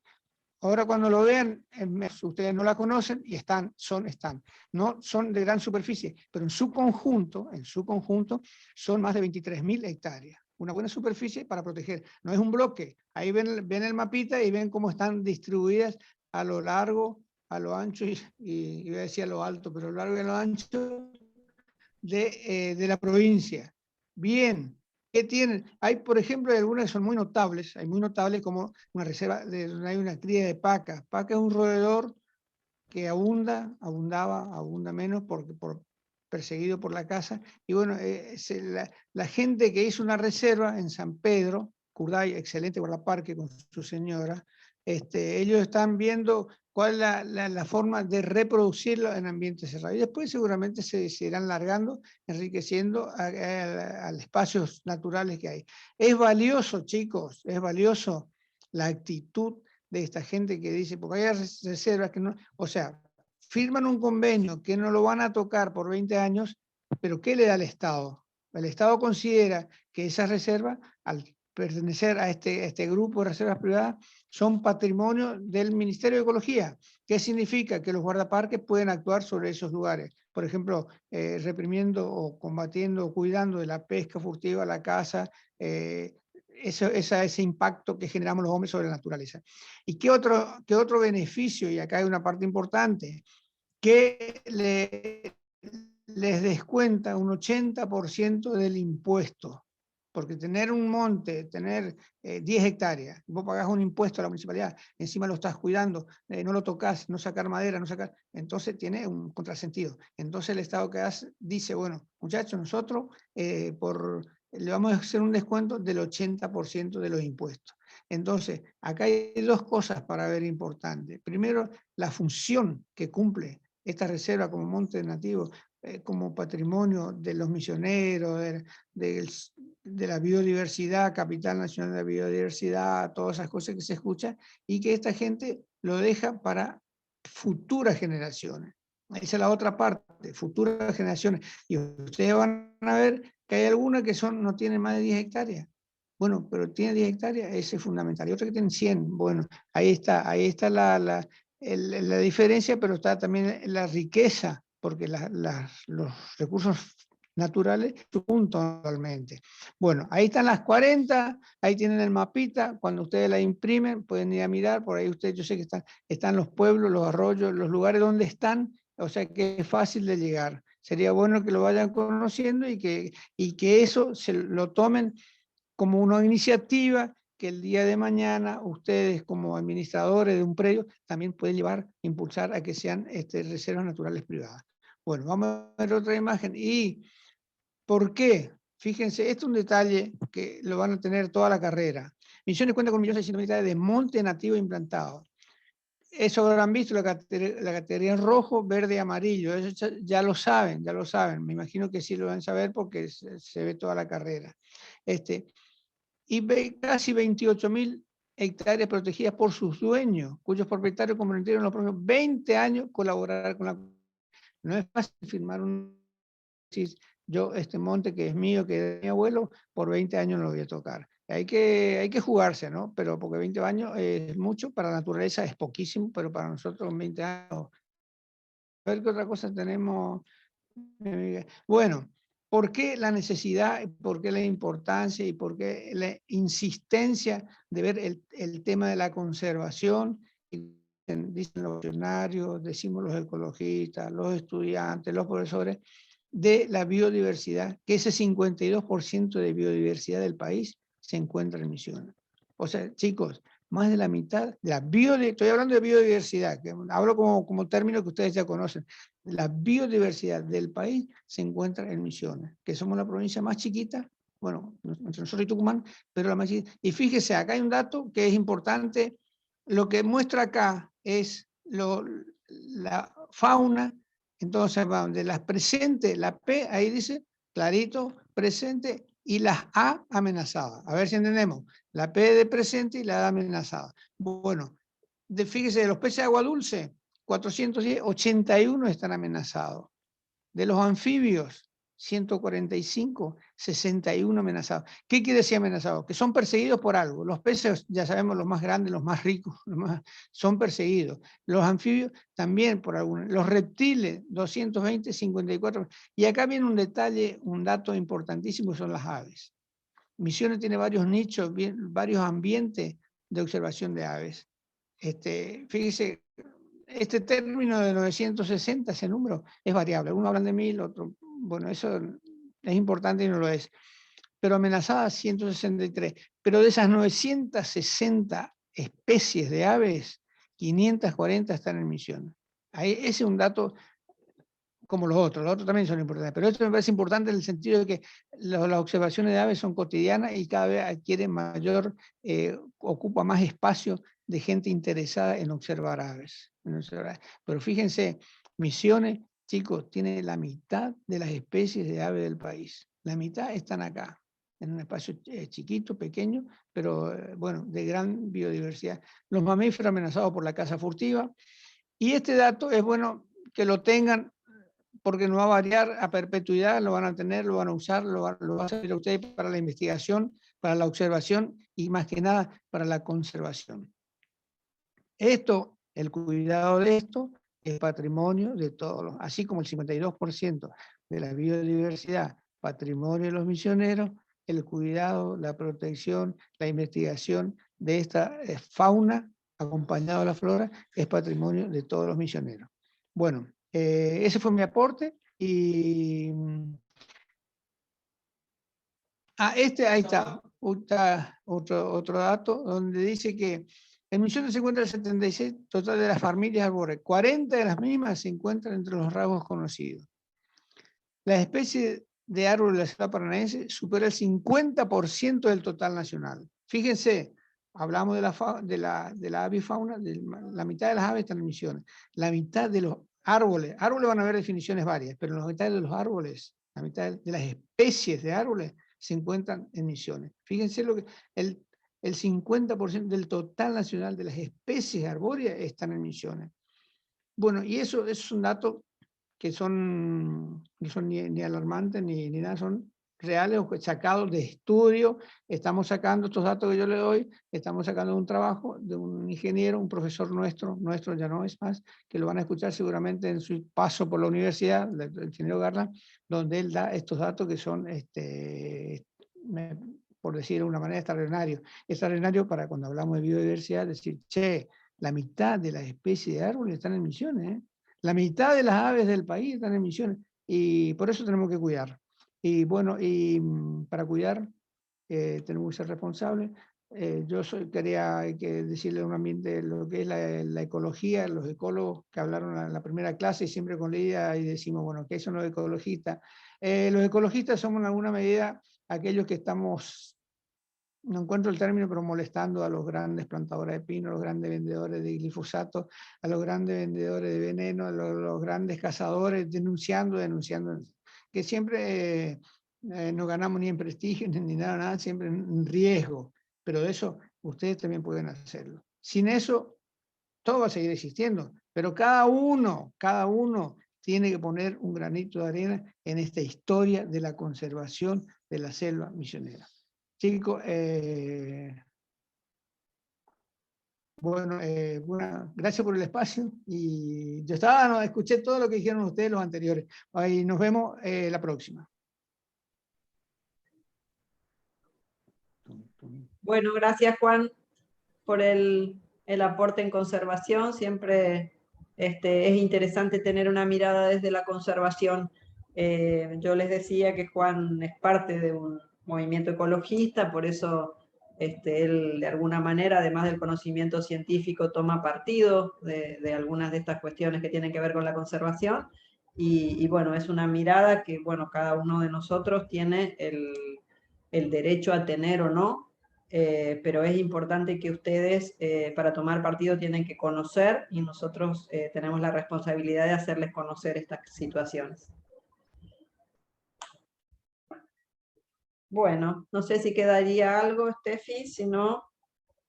No, creo que estaríamos. Esto va a estar todo disponible en el aula, la presentación de hoy, más la de Juan.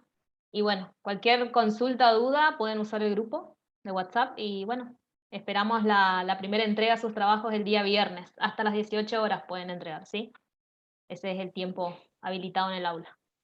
Y antes de la clase que viene lo van a tener ya corregido y lo charlamos un poquito, yo les doy alguna devolución general y la devolución particular va en cada uno de los trabajos con observaciones. Y el miércoles que viene estaríamos arrancando con el tema de poblaciones, que vamos a estar ahí trabajando seguramente para presentar. Sí, ahí Bueno. seguiríamos la misma dinámica y vamos a ver si entramos en la dinámica. Ya se le va a entregar un nuevo práctico para que lo trabajen en esa semana, fortalecer un poco en la siguiente y así vamos a ir semana a semana. No sé, Claro, chicas. cada 2 semanas más o menos hay una entrega de prácticos. Bien. Son 6 prácticos a lo largo de toda la cursada que tienen una nota, que son parte, después se hace un promedio, parte de la nota es parte de la promoción de la materia, es la nota de los prácticos integradores que van a hacer a campo, y digamos, y de los parciales, que sí son individuales, de la evaluación individual, que son los parciales. Bueno, entonces nos estaríamos viendo el miércoles que viene a las 10. Exactamente. Gracias, profe. Una preguntita, Gracias. Rosana, ¿se usa ahora el mismo link siempre, no? Sí. Sí, Este es link un está en el grupo WhatsApp, recurrente. va a usar siempre el mismo, ¿está? Si Genial. no hay preguntas, nos vamos. Para la clase decís vos, Steffi. Claro, ese link que Rosana nos compartió hoy se va a Ok, usar queda siempre. fijo. Queda Queda así. fijo. Bien, Sí, está buenísimo. genial. Está listo, Gracias. hasta la próxima.